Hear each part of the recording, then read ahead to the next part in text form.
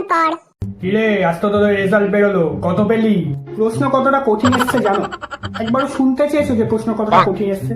ক্লাসের ফার্স্ট বার ওই যে নিখিল, সে 100%-এর মধ্যে 93% পেয়েছে। কাঁদতে কাঁদতে অবস্থা খারাপ। তাহলে আর বলছি, কাঁদতে কাঁদতে অবস্থা খারাপ। ওর কান্না কে বন্ধ করেছে জানো? এই বান্দা বন্ধ করেছে ওর কান্না। কেন জানো? ওকে কি যখন আমি ওর নিজের নাম্বারটা দেখিয়েছি না, ও বলেছে বাহ, তাহলে তো আমি অনেক বেশি নাম্বার পেয়েছি।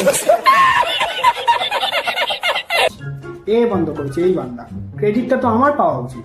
আরে তুই কত পেয়েছিস সেটা তো বল। আরে কত কঠিন কোশ্চেন এসছে জানো?